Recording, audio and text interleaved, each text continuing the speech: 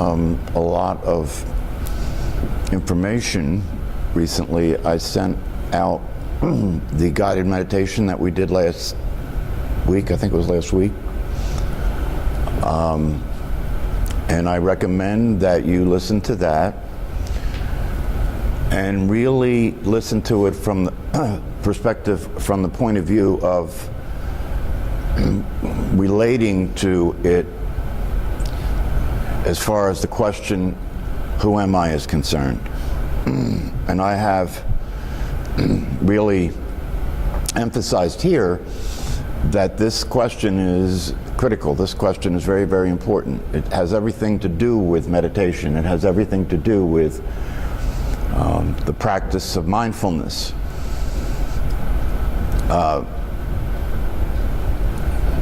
And the thing about it is that if you inquire, if you do self-inquiry, if you inquire with the question, who am I? It really can open the door to transformation. It can really open the door to it being a game changer. It could change everything. That's why the question is so important, because if you don't know who you are, everything falls out from there. If you don't know who you are, if you have a misperception of yourself, if you have a misunderstanding of who you are, then everything that is happening in life, everything that occurs to you is seen through the lens of who you're being, is seen through the lens of the personality that you have. And this is what causes mental illness. You know, I had a young man come to see me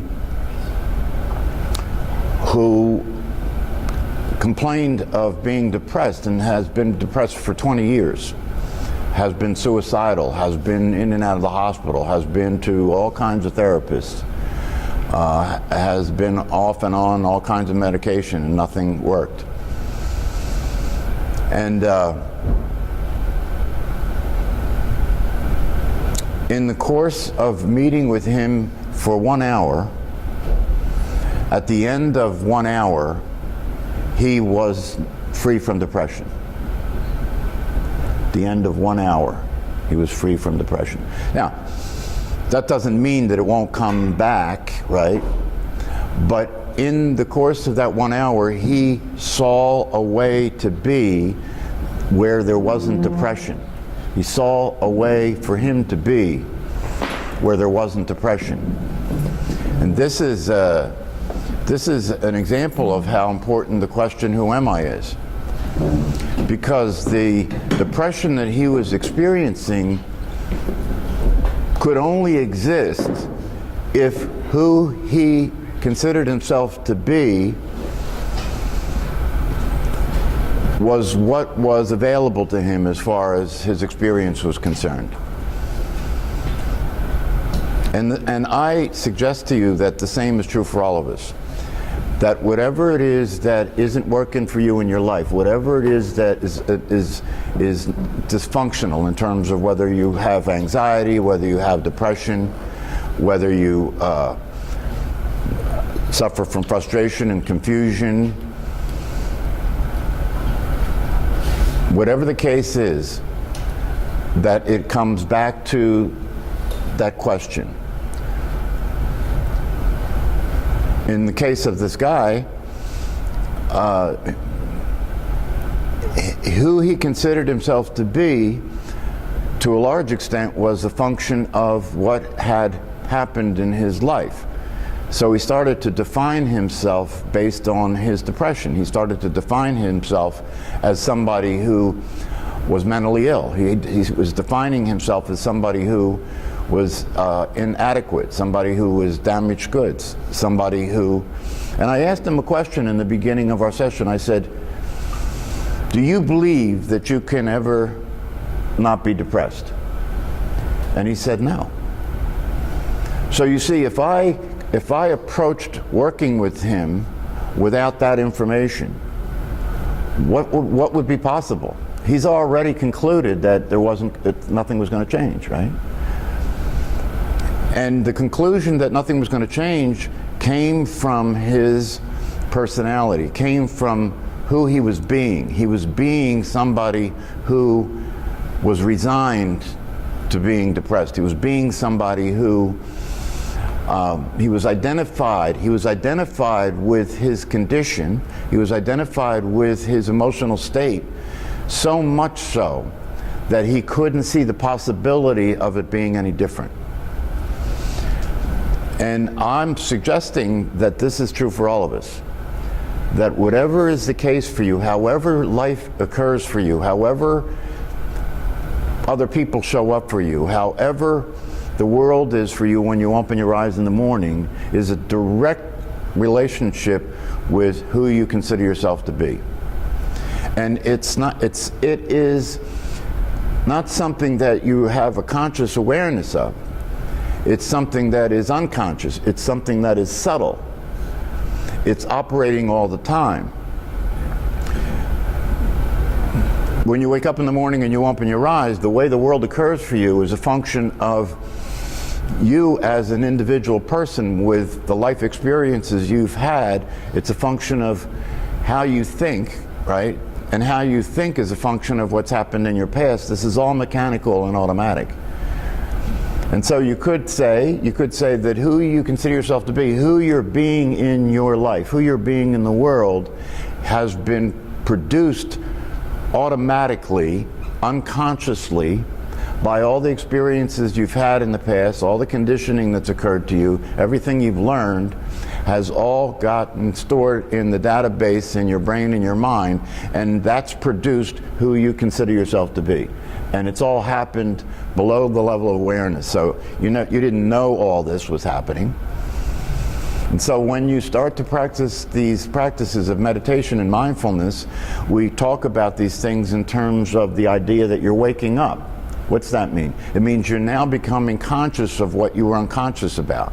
You're now becoming conscious, and one of the things that is very important to become conscious of is that you don't know who you are. It's very important to become conscious of that and start to deal with the reality of that being the case. Now, I know you think you know who you are. I'm not talking about that. The thoughts that occur in your awareness, the thoughts that occur, see the evidence, if you stop and examine the evidence, thoughts occur in your mind, right? Thoughts occur in your mind, and you make the inference that they're yours. There's no evidence for it. There's just the thoughts that are occurring in your mind, right? The idea that you're thinking those thoughts,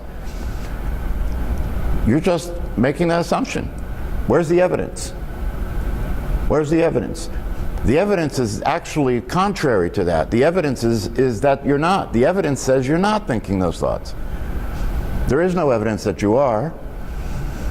The evidence that you're not thinking those thoughts, an example of that is that, do you think what you're going to think?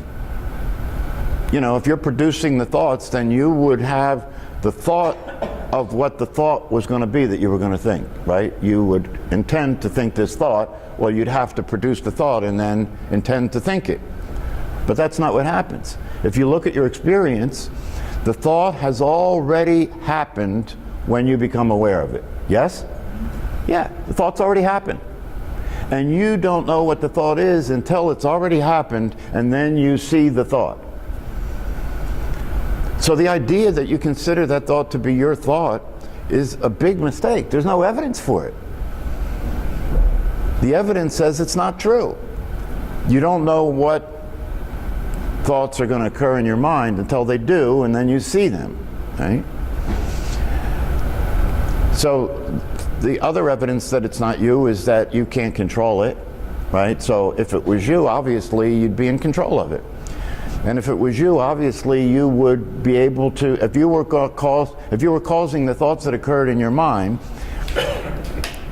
then you would create thoughts that were good thoughts. You wouldn't create terrible thoughts. You wouldn't create fearful thoughts. You wouldn't create thoughts about yourself that were negative. So the evidence is very clear that this is not, the thoughts that are occurring in your mind are not your thoughts.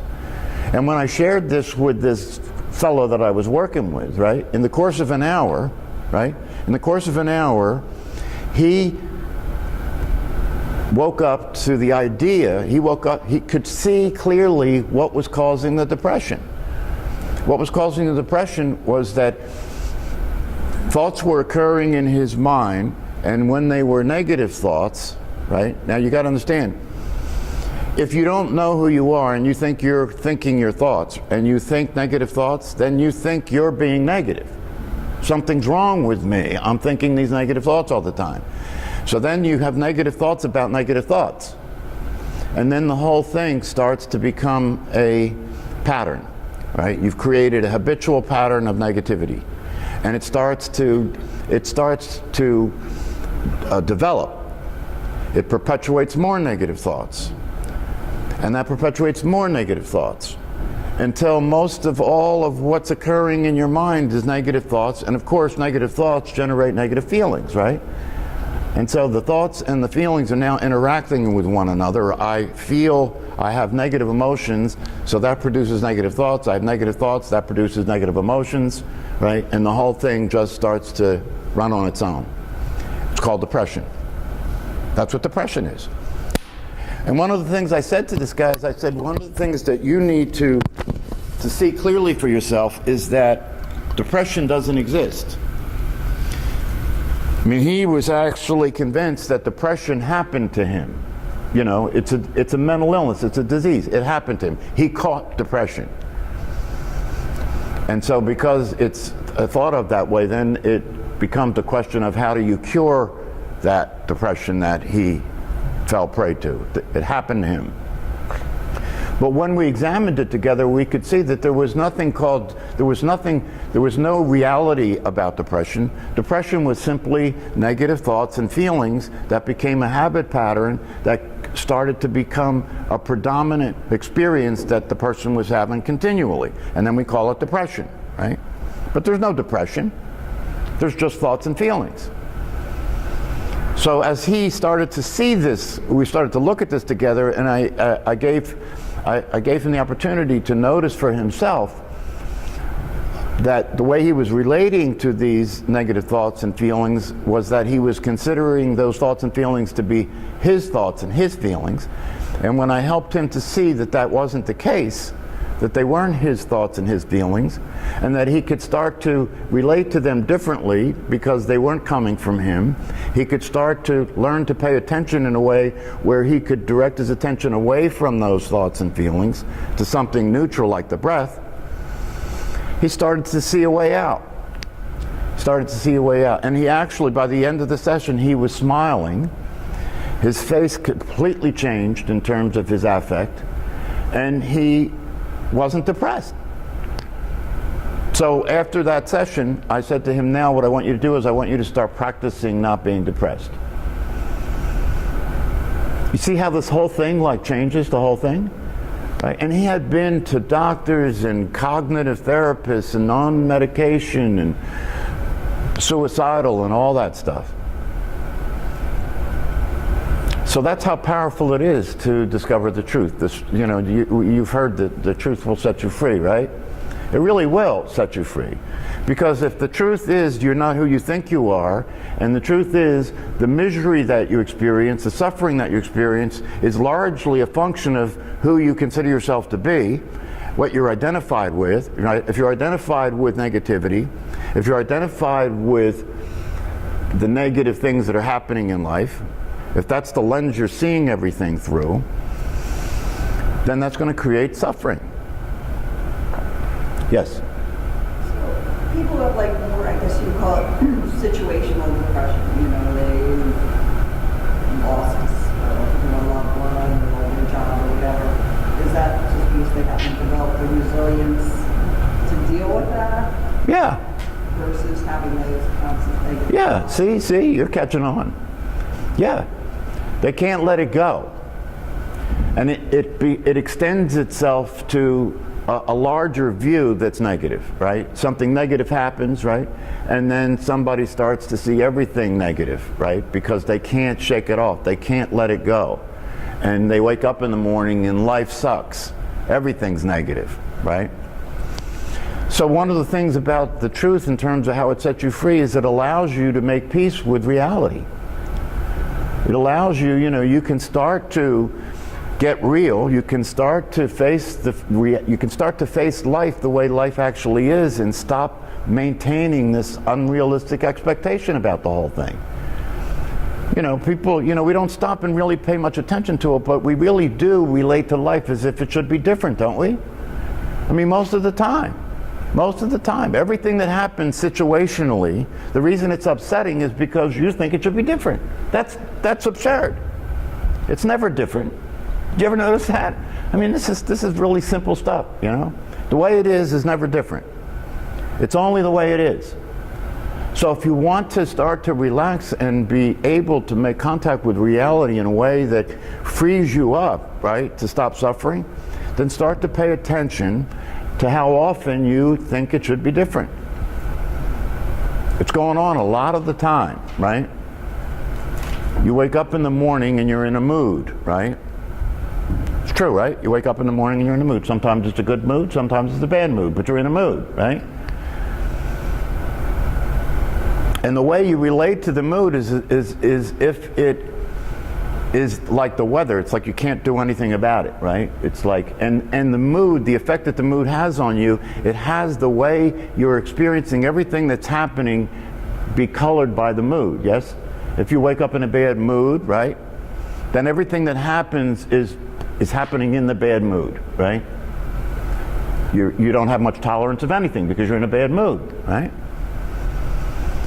And you relate, and same thing with the depression, right? You relate to the mood like it happened to you, right? The mood happened to you. You didn't do anything. You woke up in a bad mood, right? If you start to see the nature of reality, if you start to see the way things are, you begin to see that you can choose not to be in the mood.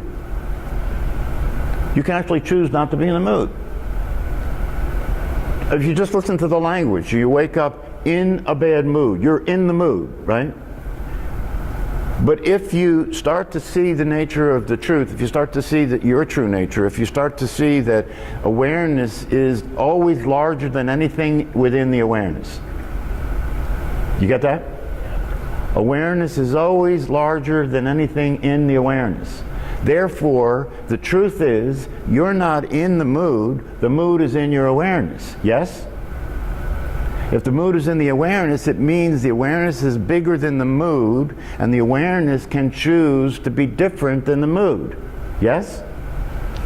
See, when you break it down and you look at it, it's like, it's pretty obvious that that's the case, right? And if you pursue the question of who am I, if you do self-inquiry, which is the way that's what it's called in the wisdom teaching, self-inquiry. If you pursue self-inquiry seriously, and you do have to pursue it seriously because you are hypnotized into who you think you are, right? So you do have to pursue it, and you do have to continue. That's why I said to listen to that guided meditation, because he's talking you out of being who you think you are in that guided meditation. Did any of you notice that? He's talking you out of who you think you are. He's saying, if you want to come into the house of being, like human being, if you want to come into the house of being, leave what you think outside. Leave your story about yourself outside. Leave your fantasies, your beliefs, leave it all outside. Leave it all outside. Be empty. Be empty. And then come into the house of being empty. And then if you come into the house of being empty, ask yourself some questions. Is this isness? He calls it isness. You could call it awareness. He calls it isness, right? Is this awareness a man or a woman? He's asking you now to examine the nature of awareness, right? Examine the nature of awareness. Is it a man or a woman? See, if you look at your own awareness right now, is it a man or a woman? Hello? Neither. It's neither. Yeah, it doesn't have a gender, does it? Awareness doesn't have a gender, right? Does it have a beginning or an end? No. Right? Does it have a form? No. Does it have a shape? No. Does it have emotions? No. Does it think? No. It's very interesting, right? How far away from you is it? Always there. Yeah, there's no distance, is there? Right. It gets interesting, right? Maybe it's you. Maybe that's why there's no distance. Because it's you. And if you can start to get related to that, right? If you can start to do self-inquiry in that regard, where you start to allow yourself to pay attention to the evidence, right? To what's actually going on, you may start to let go of who you think you are. You may start to be willing to let go of identifying yourself with your body, right? By the way, does that have awareness? Does the awareness have a body? No. So you may start to be able to stop identifying with your body. Is that awareness happen in time? No. See, this is the possibility of freedom. That's what the name of that guided meditation is, Invitation to Freedom. This is the possibility of freedom. If you can experience yourself as that awareness, and that awareness is being aware of what's happening, when is what's happening happening? Now. That means that you would therefore be present, right? If you're there with what's happening, you're now present. You're not in your head. You're not in the past or the future. You're present, right? Isn't it the case that the practice of mindfulness is the practice of being present in the moment? Is it not true? Right? So then the question is, see, here's the deal. This is why this self-inquiry is so important, because then the question becomes, who's present? Who's present? See, if who's present is the neurotic you, it's not going to make much difference, right? You'll just be crazy in the present, right? So you got to handle the whole thing, right? It's getting present, right? But then the question is, who's present? And if you can be clear by going through this process of inquiry, right? If you can let yourself see that the evidence is pretty obvious, if you can be clear about what the evidence points to, so that you can be the awareness that is here in the present moment, right? Now you're onto something. Because the awareness in that guided meditation, right, one of the things you get to see if you follow that, if you go along with it, and you get to the emptiness, right, you get to emptiness. Awareness is like emptiness, right? If you get to that emptiness, without thoughts, without feelings, without all the things you identify with, if you're left with that emptiness is still alive, yes? That emptiness is still alive. That emptiness still has the senses available. And so that emptiness can be what you are, present in the moment, aware of what's happening. But the beauty of it is, as awareness, you are greater than anything that's happening in that awareness. As awareness, this is a mind blower, so you won't, I'll say it anyway, but as awareness, your awareness is so much greater than anything within it that your awareness is actually greater than the universe, right? Where does the universe show up? In your awareness, right? That's pretty cool that your awareness is greater than the universe, right? And for most people, you know, that's such a radical thing to say, you know, that most people would say, come on. But if you pay attention to what's actually the case experientially, it is the case that the universe exists in your awareness. I often say, because I think it's an interesting experience, that if the universe exists in your awareness, right, then everything that's in the universe exists in your awareness, yes? So we typically we actually learn this, you know. You actually learn that you're in your body. Do you know that an infant that's pre-language does not know it's in a body? When it looks at its hand, it doesn't know that that's its hand. You learn to be in your body. But see, you don't remember that you learn to be in your body. You just assume that that's the case at this point. Even more so, it's just like Sam Harris. Did any of you see the Sam Harris thing that I sent you? Yeah. Did you see the part in there where he says that everybody thinks that they're behind their eyes, back in their head here, looking out, right? What he's talking about is that's where you learned you are, is back here behind your eyes, looking out of your eyes, right? And yet, if you refer to your awareness, right? The universe is in your awareness, right? If you refer to your awareness, you can be aware of your whole body at once, can you not? Try it. Can you not be aware of your whole body at once, right? If you can be aware of your whole body at once, then your body must be in your awareness, rather than your awareness in your body. Yes? Yeah, you can actually see that's true. You can actually see that that's the case, right? But the learning that happened was that your awareness is in here behind your eyes, right? So if I ask you to notice your awareness and notice that your whole body is in your awareness, you can actually notice that, right? But then operationally speaking, as you go through life, you'll go back behind your eyes again, because that's where your orientation is. What I want you to understand is that that orientation and what you learned in terms of being in your body is part of the whole thing that you learned about you. You know, you learned to be, whatever your name is, right? Whatever your name is, you learn to be that person. You learn to be that person, right? And you learned that that person that you're being is a certain way, right? That's different from somebody else, right? That's what passes for self-knowledge, right? Self-knowledge is what you learned about how you are, and that you consider yourself to be that.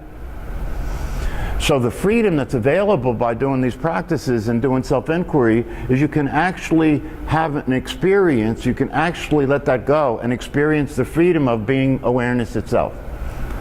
So that anything that's happening in awareness is no longer happening to you as a person, it's just happening in awareness. Do you see the difference? If that depression was happening to that young man, that was a terrible thing. But he discovered that it's just happening in awareness. And because awareness is greater than anything that happens in it, he can choose not to be depressed. He could just choose it. He could just choose not to be depressed. So I recommended to him, I recommend that you practice not being depressed. I recommend that you go through your day being somebody that's not depressed. And what will happen is, because you're being somebody that's not depressed, it'll start to undo the idea that you're depressed. Can it be this simple? You know, if you want to be a kind person, act like one. Right? If you want to be a kind person, act like one. You'll be a kind person, right?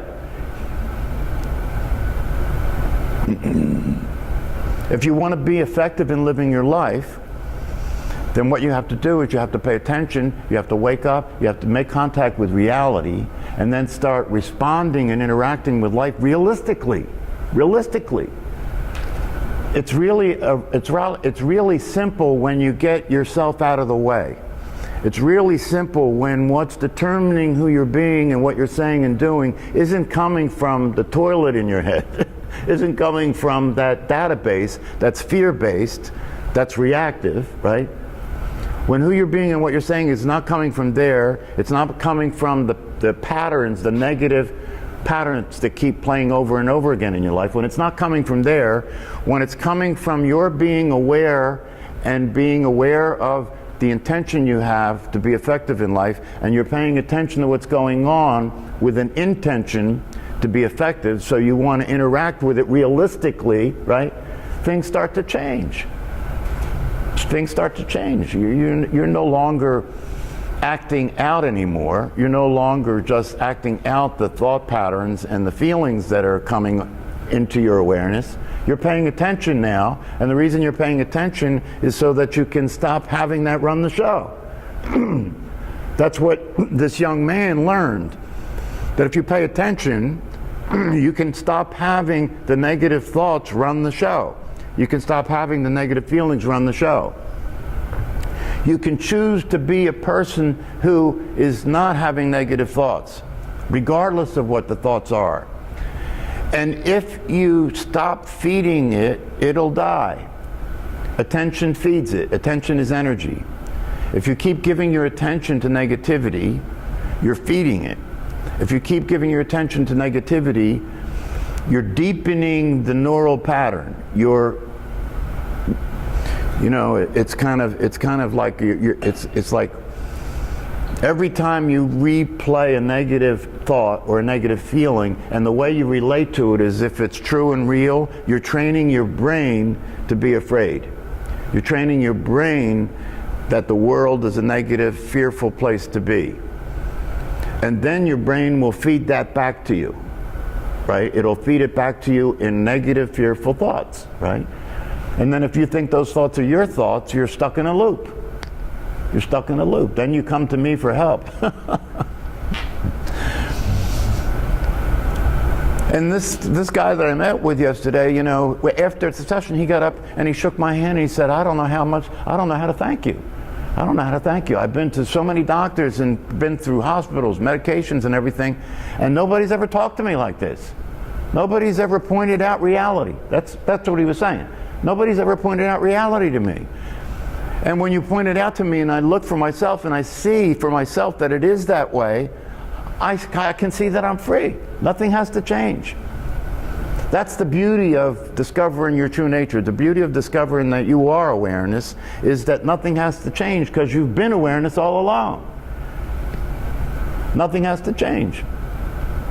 Even your personality doesn't have to change, right? The reason it doesn't have to change because if you're being awareness, your personality is now it's no longer the source of who you're being. It's no longer the source of your behavior. It's no longer the source of what you're saying and doing. Now, of course, you have to practice this, right? Because you've been practicing your personality being the source of what you say and do all the time. So it's going to keep coming back. It's going to keep coming back. But the time will come if you practice being mindful, and by practicing being mindful and doing mindfulness meditation practice, you're practicing being aware of where your attention is. Yes, this is the key to it. You're practicing being aware of where your attention is, right? So you'll start to notice when your attention is being taken by negative thoughts. You'll start to notice when you're in your head. And the beauty of awareness is just by seeing what you weren't seeing, it'll change. You don't have to do anything. Just by seeing what you weren't seeing, it'll change. Just by seeing it, just by seeing that you're crazy, you'll be sane. Yeah, just by seeing it, right? Because it's a natural tendency to move from dysfunction and suffering and misery in the direction of well-being. It's a natural movement to move toward well-being, right? It's like a plant will turn towards the sun, won't it? Right? It's the same thing. Your nature as awareness will move toward well-being naturally, just by being aware when you're not. Just by noticing when you're making yourself miserable, just by noticing when you're stuck in your head, when you're driving your car in traffic and you see that stuff to start to play, right? Where you start reacting to the traffic, right? All you have to do is notice that and it'll stop on its own. Because when you notice it, what you're noticing is that you're creating suffering for yourself. That's insane. So, any questions about the material that the Sam Harris video or the guided meditation, or any questions about your practice before we practice?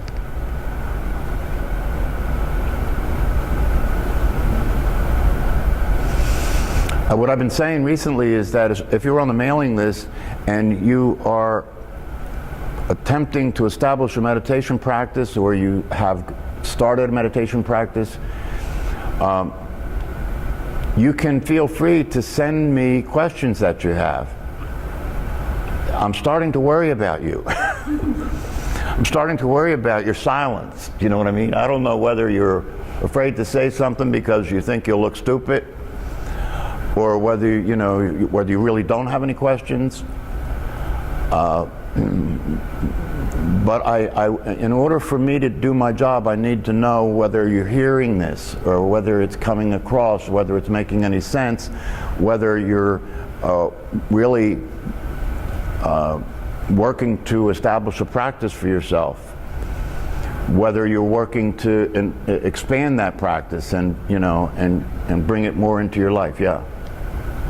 One of the things I found is, getting my attention back on my breath is obviously an issue for all of us with the thinking. And so I find that I'm almost thinking about the breathing in order to not go off on the mindless thought stream. So I feel like I'm still thinking, even though I'm not like, as I'm like, okay, I'm going to count my breaths, or I'm going to focus on my nasal breathing and my chest and my belly.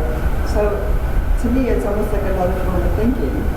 Is that not a good way to look at it? No, I mean, I understand what you're saying. You see, this is why questions are important, because this is an area that's very easily confusing, right? Because if I say thoughts aren't your thoughts and you have no control over the thoughts, the question arises, well, wait a minute. All thoughts aren't negative thoughts. I mean, when I drive my car, I have the thought that the light is red, and that thought has me stop my car. There's nothing wrong with that, right? So here's the deal. None of the thoughts are your thoughts. You're not causing the thoughts to occur, right? What's coming in through the senses, the stimuli that's coming in through the senses, right, triggers particular thoughts. I'm in the car, I'm driving the car, the brain is organized in a way where it recognizes everything that's going on, right? So then it brings up thoughts that are related to what's going on, right? They're not your thoughts, right? So like I said before, you're going to keep relating to them as if your thoughts. You got to break that habit. They're not your thoughts. However, a lot of the thoughts that arise in the mind are just practical, everyday thoughts. Right? No problem with that. You never heard me say that all thoughts are negative, right? A lot of them are. You never heard me say that all thoughts are unrealistic. A lot of them are, right? So when you learn to be mindful and you learn to pay attention to thoughts, you then start to have discretion. Awareness brings discretion. You start to notice when thoughts are just ordinary practical thoughts. So there's no problem with that, right? But you also notice when thoughts are reactive, irrational, angry, negative, fearful thoughts. You notice that. That's the area. And you also notice mind wandering. And remember what I said.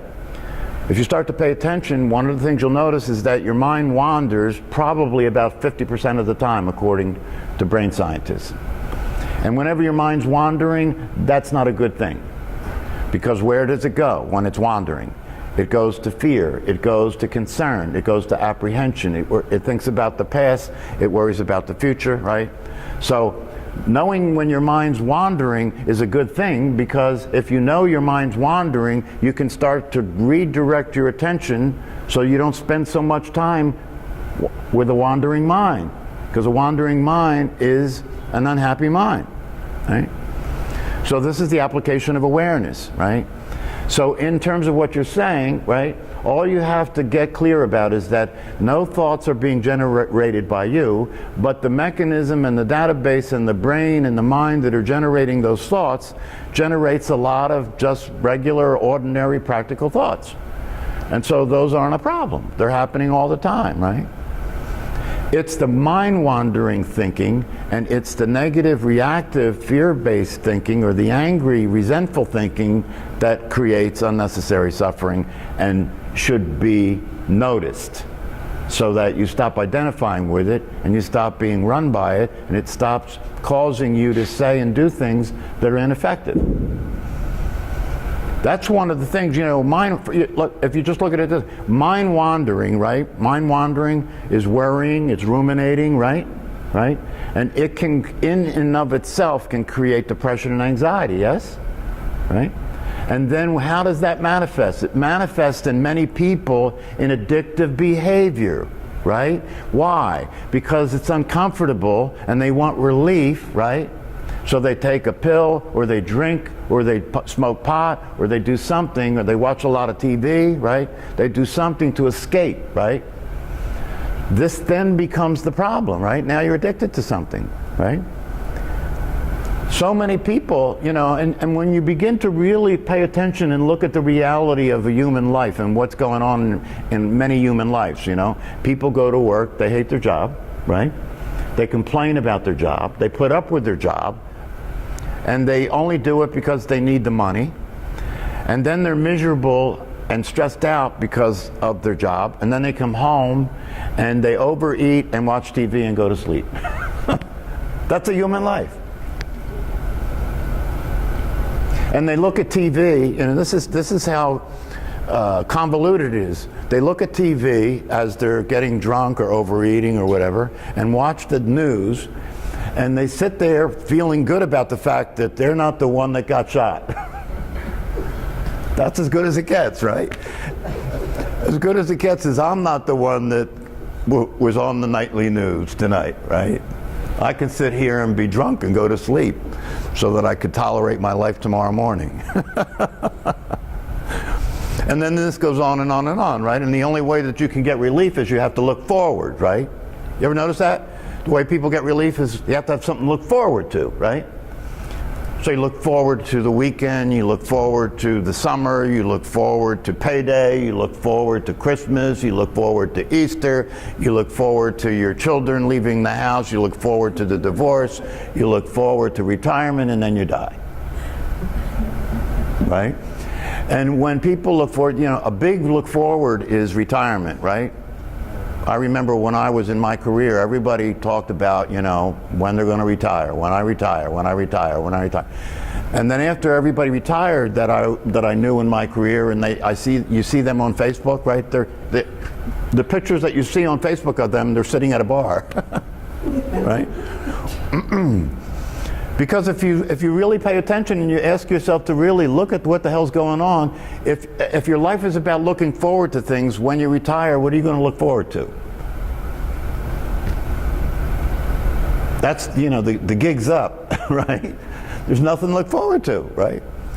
And a lot of people, because they have lived a life of looking forward, get to that point in life, and when it hits them that the only thing that's coming next is their own death, they start staring at the wall, like in shock, right? Like, what the hell happened? So these practices are about not ending up like that, right? These practices are about not ending up like that. These practices are about being able to deal with old age without it being a horror show. Because these practices are about accepting reality, and old age is part of reality. Death is part of reality. Sickness is part of reality. Loss is part of reality. It doesn't have to be a horror show if you can come to a place of acceptance about it. And the reason you come to a place of acceptance about it is because the alternative is not a good one, right? You either accept it or you suffer. And you discover when you accept it that it's not all that bad, right? If you can accept the way things are, you can start to relax and enjoy the moment instead of worrying about the way things are. Worrying about the way things are that you have no control over. You have no control over the past, so anytime you spend there worrying is just, you know, causing yourself to suffer. You have no control over the future. You know, I have another patient that I'm working with that's suffering from acute anxiety, right? And when I ask her to tell me about her anxiety, she says she goes into the what ifs. What if I end up like my mother? You know? What if this anxiety never goes away and I'm just totally dysfunctional, I can't work? What if I lose my job? What if? And so I said to her, look, here's the deal, right? If you get what I'm going to say next, this whole thing can come to an end, right? You don't know the future, and neither do I. That's real. That's true. You don't know the future, and neither do I, right? Now, having said that, some things are pretty predictable. You're going to get old and die, and you're going to get sick, and you're going to lose most everything. In fact, you're going to lose everything, right? So get over it. Get over it now. Stop what-ifing. Get over it now, right? If you're going to be anxious now and then stop. Do you see how silly it is? It's childish. Most people, the reason most people suffer the way they do, this is hard to swallow, but it's true. But if you make contact with the reality of this, it'll really motivate you to want to meditate and practice being mindful so you can grow up.